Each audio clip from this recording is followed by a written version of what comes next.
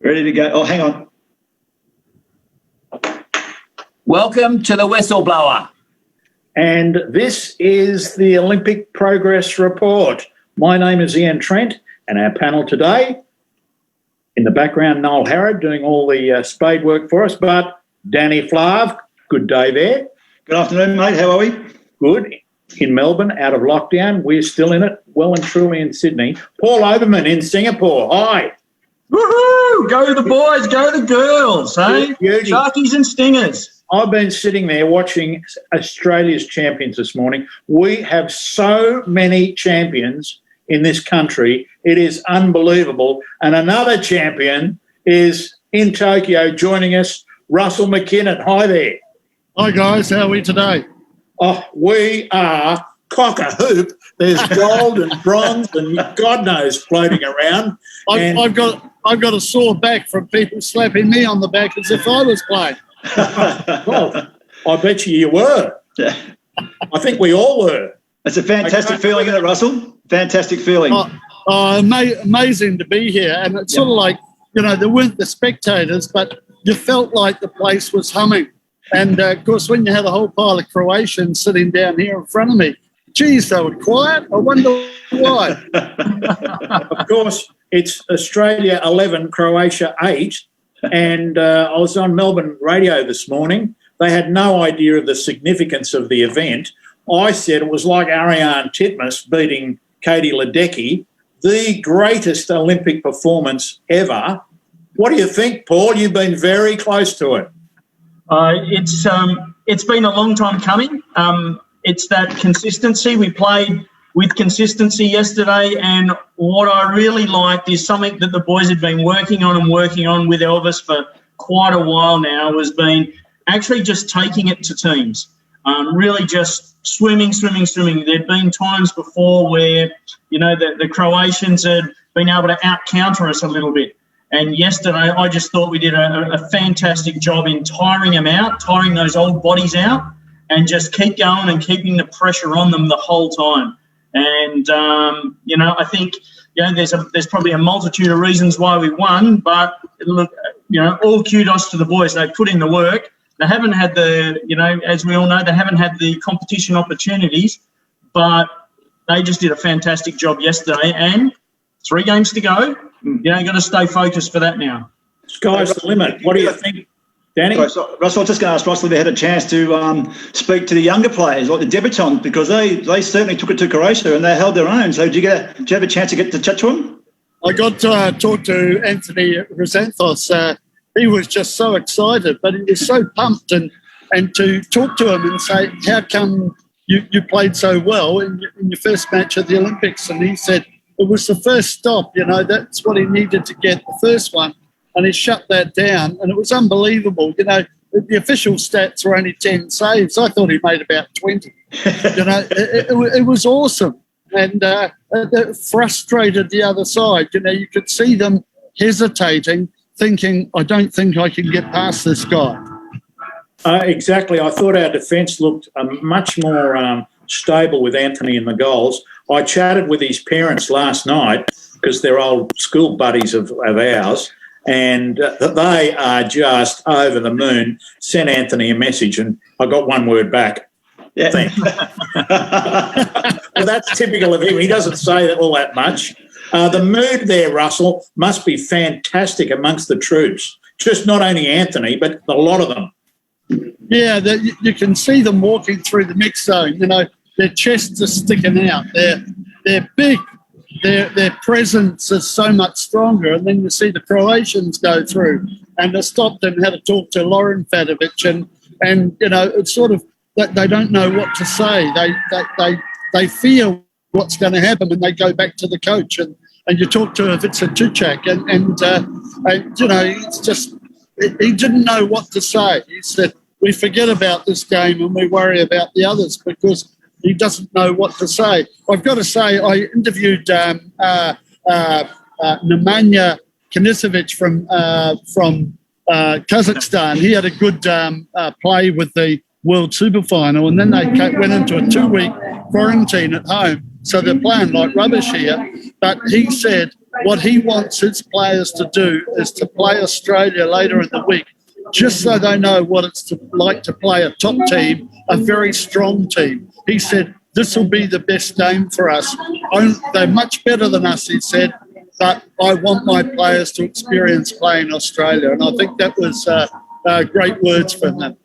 So, Russell, going on from that, is there much talk around the pool now about, we better have a good close look at Australia now, because what way they played? Yeah, I just read online what Ratko Rudic said, and he said, Australia had the ability, and the fact that they didn't play, he always expected them to get much better during the tournament.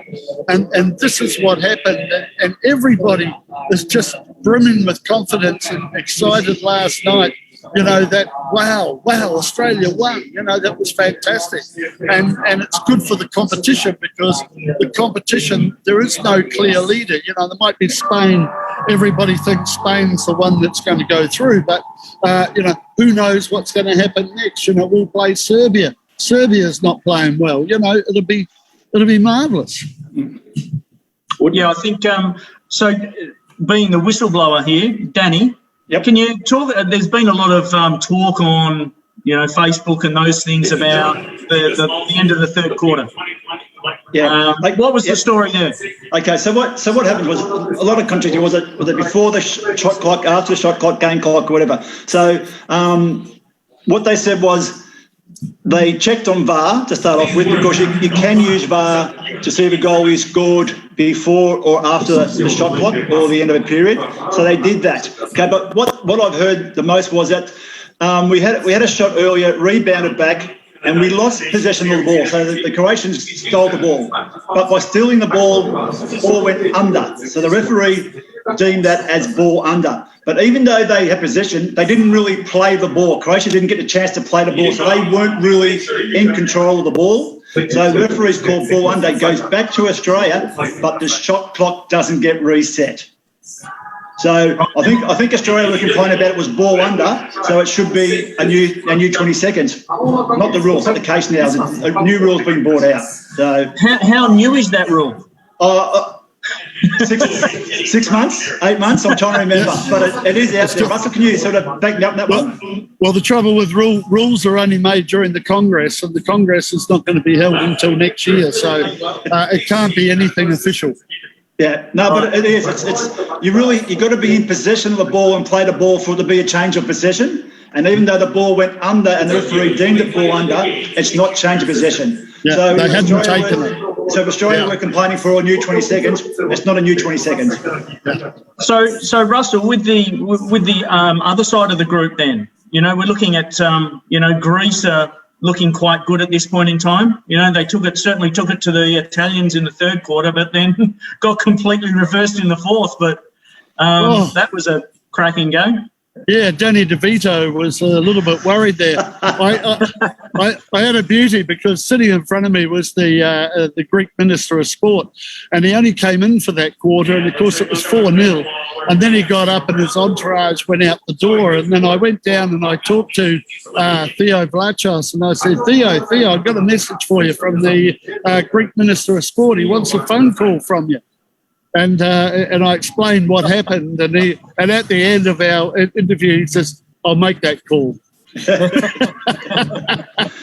So Russell, in saying that, going off on Paul's question, it seems to be a two-sided game, two halves. Like at one stage, someone gets 4 or 5 goals in front, and next the other country comes back again. Is it that obvious at the pool? Is that what it looks like? I tell you what, when you watch that, we've said 4 goals is not enough here, and you can see the Italians just change. And the fact that Figlioli, the penalty, but the goal he scored from the bottom right and turned around the player and shot it, I thought it was one of the best goals of the tournament. And all of a sudden, 2 goals was nothing. And when they levelled up, you still had a long way to go in the match. And it was amazing. 2 timeouts, nothing came from it. But I still thought somebody was going to win and had no idea. And it was brilliant to watch because, that first half, 1-0, 0-1, how amazing. Yeah.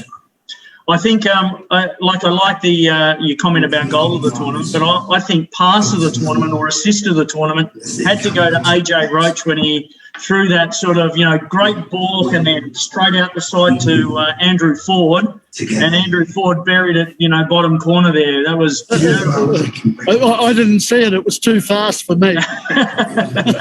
It was lightning, and I'm just impressed with the way that passing, that first half of the first match they played, unbelievable passing. And they've gone back to that. And then yesterday, all you could see was momentum and consistent momentum. And Elvis said that afterwards, consistency. That's what it was about. And that's what it was. That's what won the game. Yeah. Yeah. And consistent pressure, yeah. Sorry. Yeah, anything right? We're talking about confidence.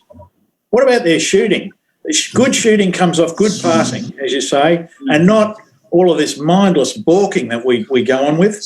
I know that's to draw players and whatever, but we're not doing it now. We're shooting off the hand. It is absolutely fantastic. I like that. And I was upset yesterday, the VAR decision.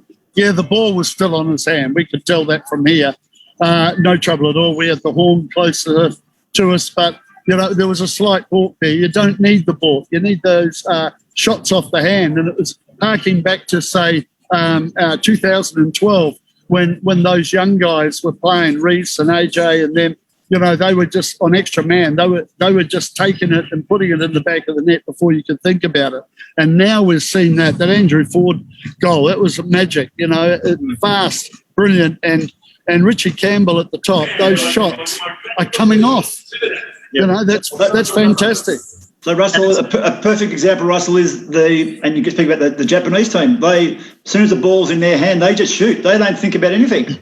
No, the decision's made 2 seconds before the ball's passed. They know what they're going to do. And really, it's all about getting your body position sorted and the perfect pass, as Ian says, the perfect pass makes the goal. And, man, this is where our guys are doing things. And people are in awe here. There's a wow. This is not meant to happen from a non-European team. The other thing I was impressed with, boys, was we got out to 4 in front. They clipped them back easily, back to 2. I thought, oh, God, here we go again. But, hey, no. I thought that was a really big deal in our mentality that we didn't let them get back to even. Yeah, and I think at the beginning of that last quarter when we went, 3 goals very quickly, or 2 goals very quickly, and I really liked Richie Campbell when we got the extra, and Richie Campbell just stepped in and just whacked it. That was to me, that was the real sign of we were actually having a really good day. At 7:22, and you thought, bloody hell, I wasn't expecting that, and nor was the other side, and that was the difference. That's the way we can go ahead and win more games. Russell, just quickly before we go on to the women's game, you briefly mentioned Elvis. What did Elvis have to say after the game? No doubt you interviewed him. What was the full? Yeah, no, he was talking about consistency from the players that they didn't have in the second half of the first match. And really, this is just one game. We'll get this one away and we've still got a long way to go. So he was pretty calm, and I thought he was pretty calm on the side of the pool too, because, the players were doing the job. You didn't have to tell them what to do. They were doing it. And he appeared, not relaxed. He appeared a little bit quiet, and when he came in, he was a little bit subdued. He saw his son for the first time in 18 months, and his son said, "I don't think I'll talk to my dad tonight." But I did see them on the TV monitor about 10 minutes later, side by side, but they weren't looking at each other. Elvis was looking at Lauren, but Lauren was still, he was very subdued in the mix zone. Okay, the big question is, can we keep it up, Russell? I think we can now, because everybody else is talking about it. Everybody else is a little bit afraid of us. They know what we can do, but they also know that we haven't been playing matches. Now we're playing matches and we're loving it.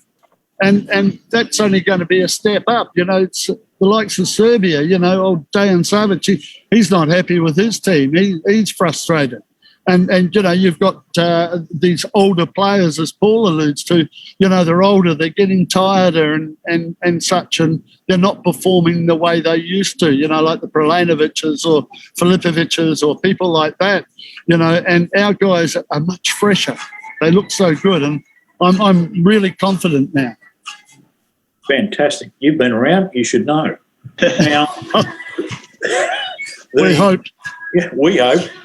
Now, the girls have had a pretty good start. They came back basically, I wouldn't say from the dead, but they came back beautifully and beat the Dutch by, 15-12. And the Dutch were, I think, rated 3. Is that right, Russ? Sorry, that was 7-3 up, I know, at that stage, midway through the second quarter. And, you know, sorry, on that 4 matches were played that day, 4 teams had to come back by a minimum of 2 goals, 4 for us, 2 for the other 2 to win their matches, and the other team had to come back 4 goals to level. So it just shows you how tight this competition is. And, you know, that magical 4 goals is just, it's not enough, really, you know, except for our guys.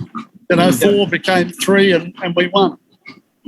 So, Russell, from being at the pool there with the girls, I thought after half-time the young girls stood up like you wouldn't believe. It was like they took it. They like, give me the ball, I'll shoot the goal, you know, and they sort of lifted the rest of the team with them. Well, you know, the 2 goals that Abby Andrews scored in that first quarter, I thought, where's she come from? How come she can shoot harder than half the men here? Yeah, that was so brilliant. And then she goes and scores another one for the 7-8 goal in that period when they did a 4-goal stint that brought them right up to 8-8. It was unbelievable. And to use that, you know, even Hannah Buckling, you know, those 2 goals that she did, and then we're lucky that we had the older, but Hannah with 3 goals in the match. Fantastic stuff.